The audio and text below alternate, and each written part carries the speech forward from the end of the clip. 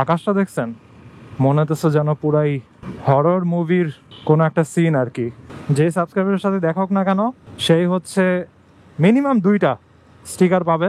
আর ঢাকার বাইরের কারো যদি স্টিকার ভাল লাগে, নেওয়ার ইচ্ছা থাকে, আমার থেকে নিতে পারবেন, সমস্যা নেই। আমি কিন্তু স্টিকার সেল করতেছি না, আমি জাস্ট এমনি গিফট হিসেবে দিব আমার সাবস্ক্রাইবারদেরকে।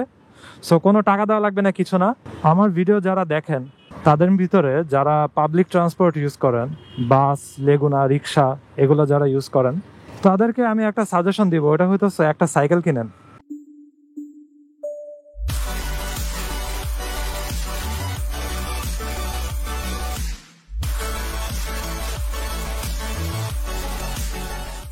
এই হোয়াট ইজ গোয়িং অন। এখন আমি আছি হচ্ছে হাতির ঝিলে, আর অলরেডি সন্ধ্যা হয়ে গেছে। ঘড়িতে বাজে কয়টা? সন্ধ্যা 7:10। মাগরিবের আজান পার হয়ে গেছে অলরেডি। বাইক স্টার্ট দিই। আমি এখন হাতির ঝিলের এদিক থেকে ধানমন্ডির দিকে যাব। Let's go.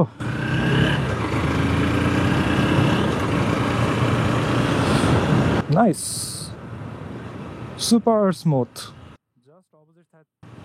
Just opposite side থেকে কিছু না আসলে হলো পারফেক্ট।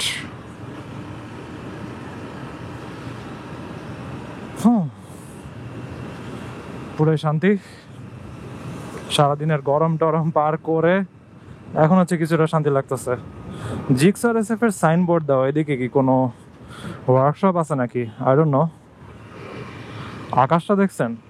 মনে হতেছে যেন পুরাই হরর মুভির কোনো একটা সিন আর কি, অথবা হরর গেমের আকাশগুলা। আপনারা যারা পিসি গেম খেলেন তারা হয়তো এই হরর গেমগুলোর ব্যাপারে জানেন।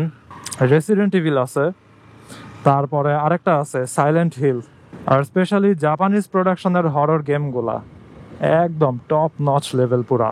রিসেন্টলি সাইলেন্ট হিল খেলছিলাম, ওইটা আই গেস ছিল হচ্ছে রিমাস্টার্ড ভার্সন। অ্যামেজিং ছিল আর কি। অ্যাটমসফিয়ার ডিজাইন এত জোস ছিল, আপনার শুধুমাত্র অ্যাটমসফিয়ারের কারণেই আলাদা একটা লেভেলের ভয় লাগবে। স্টোরি তো পরের কথা। যাই হোক, আকাশ অলরেডি অন্ধকার হয়ে গেছে, সূর্য ডুবে গেছে। এখন আর হরর আকাশ দেখানোর সুযোগ নেই। ভাবতেছি কোন দিক দিয়ে যাব। দেখি যদি তেজগাঁও 7 রাস্তাতে জ্যাম কম থাকে ওদিক দিয়ে চলে যাব, বিজয় সরণি দিয়ে। আর যদি 7 রাস্তা ওদিকে জ্যাম থাকে তাহলে ঘুরে ওদিক দিয়ে যাব। একটা ইউ টার্ন আছে আমার ইউনিভার্সিটি বুটেক্সের সামনে, ওদিক দিয়ে চলে যাব আর কি। রাইট টার্ন নিয়ে নেই। সোজাও তেমন একটা জ্যাম নাই। কারণটা হচ্ছে আজকে যেদিন আমি ভিডিওটা করতেছি ওই দিন হচ্ছে মঙ্গলবার, আর মঙ্গলবারে Bashundhara shopping mall I guess বন্ধ থাকে, তাই না? তাই তো আই গেস এই কারণেই জ্যাম ট্যাম তেমন নাই, বেঁচে গেছি আর কি। এই যে আকাশ দেখছেন, জোস পুরাই। বাট এখন আর তেমন একটা আলো নাই যে আপনি ভালো মতো দেখতে পারবেন। আর এখানে একটা মোটরসাইকেলের দোকান আছে, এদিকে ম্যাক্সিমাম হচ্ছে গাড়ি সার্ভিসিং এর দোকান আর কি। এদিকে আবার সারি দিয়ে অনেকগুলো মোটরসাইকেল আছে, R15, তারপরে অ্যাপাচি। এই একটা ট্রাক ঢুকতেছে, ট্রাকটার আগে কি ঢুকতে পারবো? ও নো, টেসলা। যাক, পারছি। মোটরসাইকেলটার একটা ওয়াশও দেওয়া লাগবে, অনেকদিন হয়েছে আমি কোনো ওয়াশ দেই নাই। সেই ঈদের সময় একবার দিছিলাম, এরপরে এখন পর্যন্ত আর ওয়াশ করা হয় নাই। গরুর গোবর টোবর একবার জাস্ট ধুইছিলাম এই। আর ভাবতেছি মোটরসাইকেলটাতে মিররটা চেঞ্জ করব। একটা নতুন স্টাইলিশ মিরর দেখছি, যদিও ওটার ভিজিবিলিটি একটু কম, বাট ইচ্ছা আছে চেঞ্জ করার। ইগনাইট বাংলাদেশে দেখলাম ওটার প্রাইস হচ্ছে 1,500 টাকা। আমার ফেসবুকে অ্যাড আসছিল, ওইখান থেকে দেখলাম আর কি। দেখি 1,500-এর কমে কোথাও কিনতে পাওয়া যায় নাকি। পরে কি করব, কিনে নিয়ে গিয়ে মগবাজারের ওদিকে অথবা মোহাম্মদপুরের শোরুমের ওদিকে ওয়াশ দেওয়াবো। সো ওয়াশ দেওয়ার সময় মাঝখান দিয়ে তাদেরকে বলবো যে আচ্ছা এই আয়নাটা লাগা দাও তো, তাইলে আর লাগানোর জন্য কোনো এক্সট্রা খরচ দেওয়া লাগবে না। যাই হোক, 7 রাস্তা পার হয়ে গেছি আমি। এখন ঢুকে যাব বিজয়সরণী ফ্লাইওভারের দিকে। আর বিজয়সরণী ফ্লাইওভারে এখন তেমন একটা জ্যাম পড়ে না আর কি নামার জায়গাটাতে, কারণটা হচ্ছে সোজা যাওয়ার রাস্তাটা বন্ধ করে দেওয়া। এই মোটরসাইকেলে আমি এখন পর্যন্ত শুধুমাত্র মহিলাদের পা রাখার জিনিসটা ছাড়া, আর হইতেছে সাইডে দিয়ে একটা আংটা লাগানোর মতো জিনিস ছাড়া আর কিছুই চেঞ্জ করি নাই। একটা স্টিকারও লাগা নেই এখন পর্যন্ত। সো দেখি নতুন মিররটা আমি লাগাইতে পারি, কারণ ভিডিওতে এই টাইপের মিরর দেখতে দেখতে আপনারা হয়তো বোর্ড হয়ে গেছেন, এবং ওই টাইপের মিরর লাগালে একটু স্লাইটলি একটু কুল লাগবে, এটাই, এছাড়া আর কোনো পারপোজ নাই। বাট ভিজিবিলিটি স্যাক্রিফাইস করা লাগবে আর কি। মিররটা একটু ছোট, তবে এক্সব্লেডের যে মিরর দিছে এটা খুবই ভালো। আর কি, অনেক ভালো অ্যাঙ্গেলের ভিউ পাওয়া যায়। আর স্টিকারের কথা যে বলছে ওখান থেকে আমার মনে পড়লো, আমি স্টিকার প্রিন্ট করতে পারি। রেভি লেখা, রেভির সাথে কোনো স্লোগান থাকতে পারে, নাও থাকতে পারে, জাস্ট রেভি থাকতে পারে, এরকম লেখা হচ্ছে আমি স্টিকার প্রিন্ট করব অনেকগুলা। আমিও লাগাবো আমার মোটরসাইকেলে এবং আমার হেলমেটে। আর হচ্ছে আমি আমার সাবস্ক্রাইবারদেরকেও দিব। যে সাবস্ক্রাইবারের সাথে দেখা হোক না কেন, সেই হচ্ছে মিনিমাম 2টা স্টিকার পাবে। আর ঢাকার বাইরের কারো যদি স্টিকার ভাল লাগে, নেওয়ার ইচ্ছা থাকে, আমার থেকে নিতে পারবেন, সমস্যা নেই। আমি কিন্তু স্টিকার সেল করতেছি না, আমি জাস্ট এমনি গিফট হিসেবে দিব আমার সাবস্ক্রাইবারদেরকে। সো কোনো টাকা দেওয়া লাগবে না, কিছু না। কিন্তু ঢাকার বাইরে আপনার যদি কুরিয়ার দেওয়া নেওয়া লাগে, তাহলে কুরিয়ারের চার্জ আর কি আপনার নিজের খরচে নিয়ে নেবেন। স্টিকার প্রিন্টিং যা কিছু আছে বানানো, এই সব কিছু আমি আমার নিজের খরচেই করব। ডিজাইন আমি নিজেই করব, প্রিন্টিংয়ের খরচও আমার।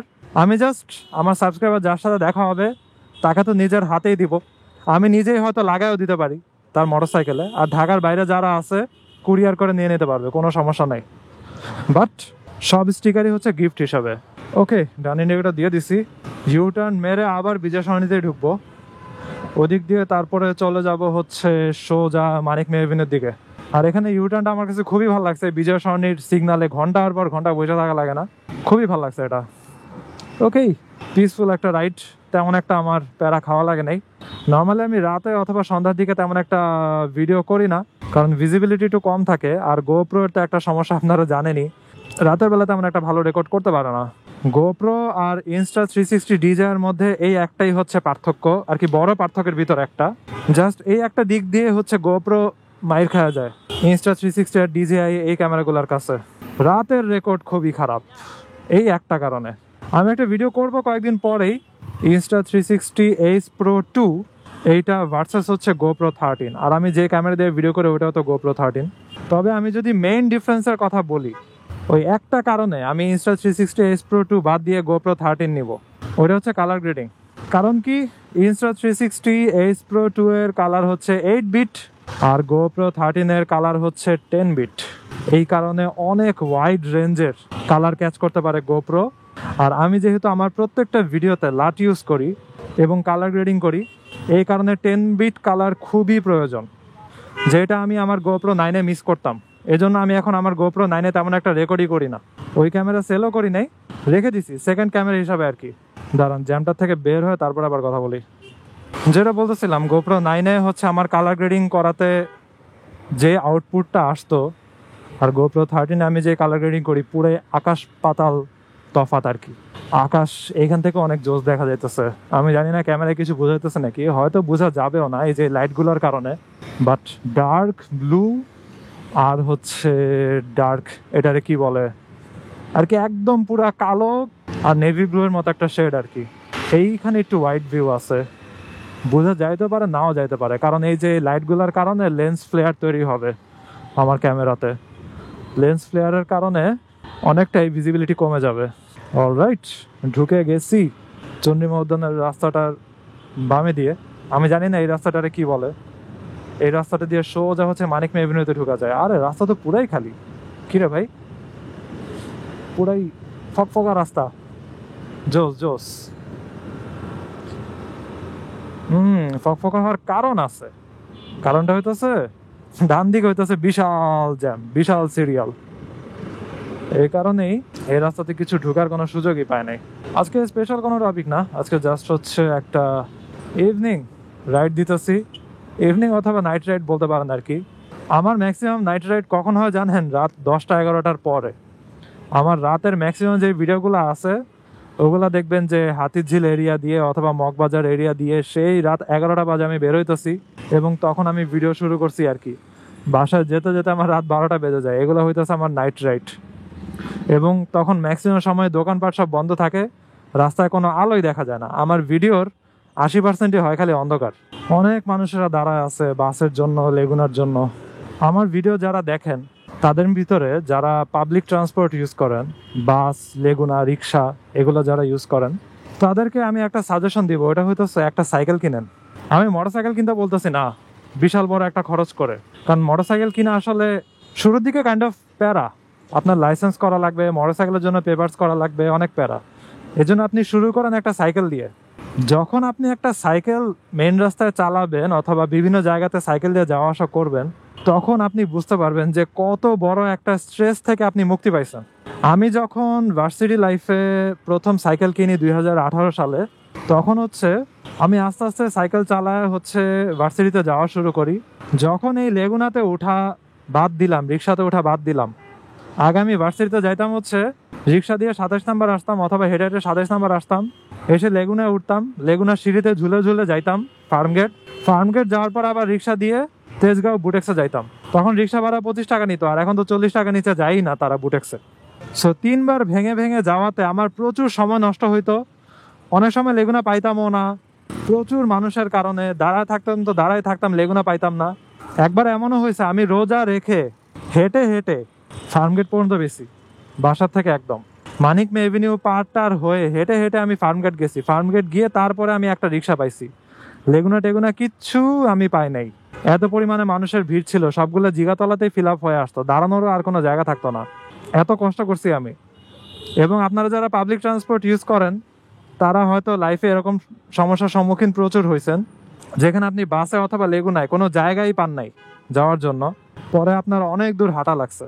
এই জন্য আমি বলি একটা সাইকেল কিনেন, ঢাকার এই মাথা থেকে ওই মাথা যেখানেই হোক না কেন, একটু কষ্ট হইলেও আপনি যখন একটা ফ্রিডম পাবেন, নিজের একটা পার্সোনাল পাবলিক ট্রান্সপোর্ট হওয়ার যে ফ্রিডম, ওইটা আসলে তুলনা করা যাবে না। আপনার ওইটার পর থেকে আর কখনো পাবলিক ট্রান্সপোর্টে উঠতে ইচ্ছা করবে না, আপনি যখন থেকে এই ফ্রিডমটা ফিল করা শুরু করবেন। যাই হোক, এটা ছোট একটা সাজেশন আর কি। এই জন্য দেখবেন বাইরের দেশে ম্যাক্সিমাম মানুষদেরই পার্সোনাল পাবলিক ট্রান্সপোর্ট থাকে, হয় গাড়ি নাহলে মোটর সাইকেল অথবা সাইকেল। যে দেশের যে কালচার বেশি ওইখানে ওটা বেশি থাকে। মনে করেন যেসব দেশে বরফ বেশি পড়ে ওইখানে গাড়ি বেশি থাকে, যেসব দেশে বরফ পড়ে না ওদিকে মোটরসাইকেল বেশি থাকে। যেমন মনে করেন থাইল্যান্ড, ভিয়েতনাম, ওদিকে দেখবেন যে স্কুটার, মোটরসাইকেল এগুলো মানুষ বেশি চালায়। তারপরে দেখবেন যে জার্মানি, আমেরিকা, কানাডা, ওদিকে মানুষ গাড়ি বেশি চালায় কারণ ওদিকে বরফ পড়ে। আবার জার্মানিতে মানুষেরা সাইকেল প্রচুর চালায় এবং সাইকেলের জন্য আলাদা লেনও থাকে, মানুষেরা সাইকেল চালাতে বেশি পছন্দ করে। যাই হোক, এটাই নিজের একটা পার্সোনাল ভেহিকল থাকার ফ্রিডম। আর খরচ তো বাঁচবেই, ওইটা তো পুরো আলাদা হিসাব আর কি। তো আমি চলে আসছি ধানমন্ডিতে। আজকের ভিডিওটা এখানেই শেষ করি। I hope you guys like this video, and if you're watching it for the first time, you can kindly subscribe. তো see you next time. ভালো থাকেন, সাবধানে রাইড করেন, tata. I wake up to a little bit of drool on my pillow, feel like it's gonna be a bad day. Yeah, I'm tired of shit, and the coffee ain't hit yet, damn ain't that great. I don't wanna go to work, cause my boss is a jerk, and I'm not even that paid. I need a change in my life, cause I don't feel alive, and there's nothing that makes me happy.